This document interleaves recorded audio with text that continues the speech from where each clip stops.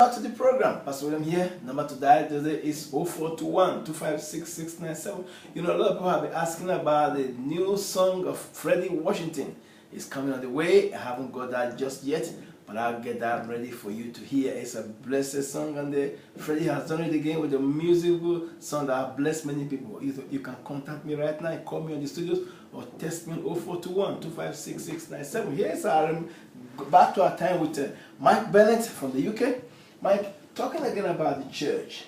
The church is the light of this world, the light shining in darkness. So I know you know the pastor and you work in the mission field and all. So from your experience in the mission field, how vast is the mission field? Jesus says the laborers are few. So is that any reasons of it? Is that what is happening in the mission field today?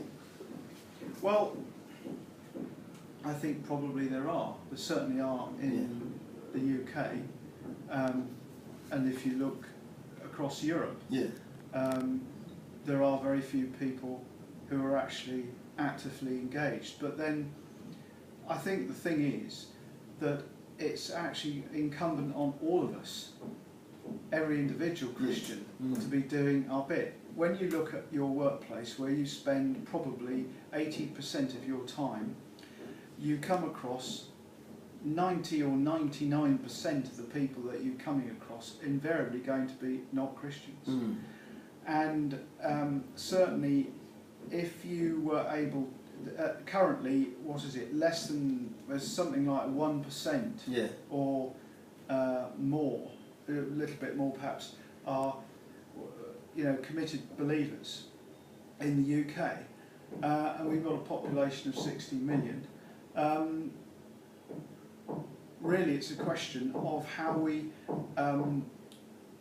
do that, and really it is been said for many, many years, going back even to the last war, that the only way, I think it was a survey done by the Church of England then, that said that unless the lay people of the church, through the medium of their work, were to get off their backsides and witness, then we wouldn't see any transformation. And that is still the case today. It is. So really, it is actually about the labourers are few, and they are few in reality. But it's actually a case of all of us doing our bit for the kingdom. That's a good point, Mike. But when you come to think of it, why is it that many Christians are not actually sharing the gospel with that passion? A lot of Christians in the working place, in the marketplace, like you rightly said, the gospel is not their priority. No. You know, if you go to a typical office, and sometimes it's even hard to know who is a Christian there. So why are we shy to talk about our faith in the marketplace? I think probably because the prevailing culture and the prevailing way in which the idea of, for example, a doctor in her surgery praying with a patient, that is really serious, not on. But I have opportunities with, I make it quite clear in small ways in my office. When you come into the office, there is a palm cross that sits on the light switch, and if you're sat opposite my desk, you cannot but fail to notice it. I've recently changed my computer, and unfortunately, I can't seem to get the scrolled up screensaver that used to go across. Jesus said, "I'm the way, the truth, and the life." And what's so marvellous is you get a new supplier's rep sat in front of you, and they see this go across the computer screen. It makes them jump out of their skin. But I can't do it at the moment for some reason. I think the thing is, I confess that I do not think that my witness and my profession of the gospel in my own workplace is different. I find it easier with my suppliers. You could say, well, that's naughty in a way because you're in a position of power. And really it's a question of waiting for the right opportunity and the anointing of the Spirit. Now, recent times, it's probably, I remember it's now probably 12 months ago, I actually was in a position to actually share the gospel one January afternoon, with a client, an old client. He's been with me I've known him over 20 years.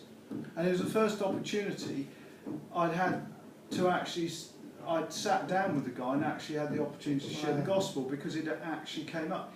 It was very often you only get very fleeting opportunities, and you must take those opportunities. Yeah. It may be just 1 minute, 2 minutes, 5 minutes. It may even be just one sentence. That's it. But it's when that time comes, it's taking it. And I took the opportunity and then said, well, I haven't come to preach. I've come to sell you a new potato store. So that's really. I think it's difficult. Yeah. Some people find it easier than others, but I think God actually calls us to do it within our own character, with our own temperament, with our own way. And I think also there are ways of actually preaching the gospel. If you're in an office situation, and I'm now in a situation where I've actually got next door neighbours in the building where I am, which is on a farm.